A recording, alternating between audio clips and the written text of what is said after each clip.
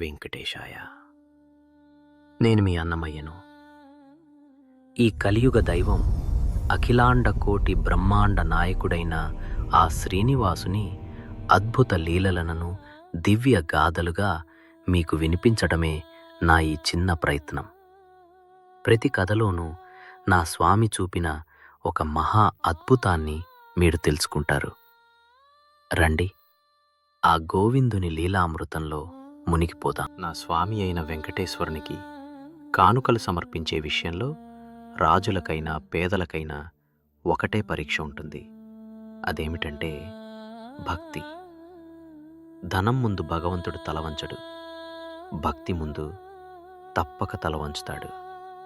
ఈ లీలను వింటే మీకు అర్థమవుతుంది.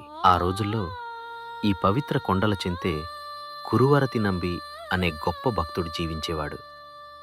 ఆయన కులంలో కుమ్మరి.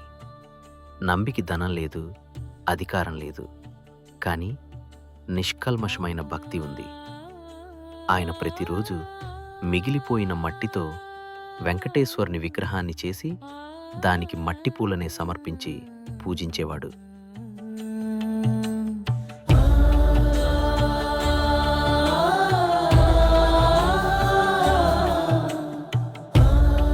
మరోవైపు ఆ కాలంలో రాజు అయిన తొండమాన్ చక్రవర్తి స్వామివారికి ప్రతిరోజు ఆడంబరంగా బంగారు పుష్పాలతో పూజ చేసేవాడు.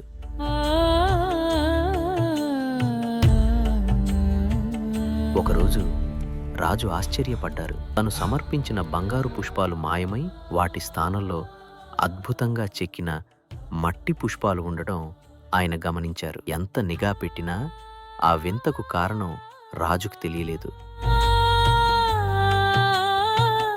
ఎవరో తన కానుకలను అవమానిస్తున్నారని ఆయన బాధపడ్డారు. తనకు మార్గం చూపమని రాజు మనసులోనే ఆ స్వామిని వేడుకున్నారు. అప్పుడు భక్తులపై అపార కరుణ చూపేవారు కదా ఆ వెంకటేశ్వరుడు. ఆయన రాజుతో పలికారు, ఓ రాజా, ఆ మట్టి పుష్పాలు సమర్పించేది నా ప్రియ భక్తుడైన కురుంబరత నంబి. నీ బంగారు పూల కంటే వాని మట్టి పూలలో నా పట్ల ఉన్న అపారమైన ప్రేమ అనే సుగంధం ఉంది. కావున ఓ భక్తులారా, ఈ కథ ఆ స్వామి దయను తెలియజేస్తుంది.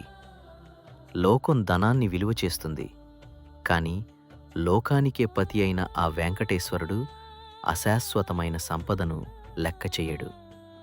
ఆయనకు కావాల్సింది కేవలం మన హృదయమే.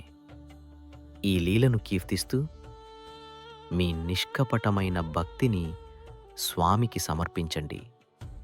అదే మీ అత్యుత్తమ కానుక. చూసారా నా స్వామి కరుణ ఎంతటిదో. ఇలాంటి మరెన్నో అద్భుత లీలలను విని తరించాలనుకుంటే వెంటనే మన ఛానల్ని సబ్స్క్రైబ్ చేసుకోండి. ఇది కేవలం ఒక వీడియో చూడటం మాత్రమే కాదు.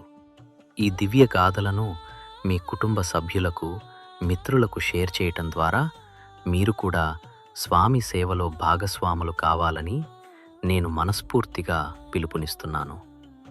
ఆ శ్రీనివాసునిపై మీకున్న ప్రేమను గోవిందా గోవిందా అని కామెంట్ చేసి మీ మనసులోని భక్తిని అందరికీ తెలియజేయండి.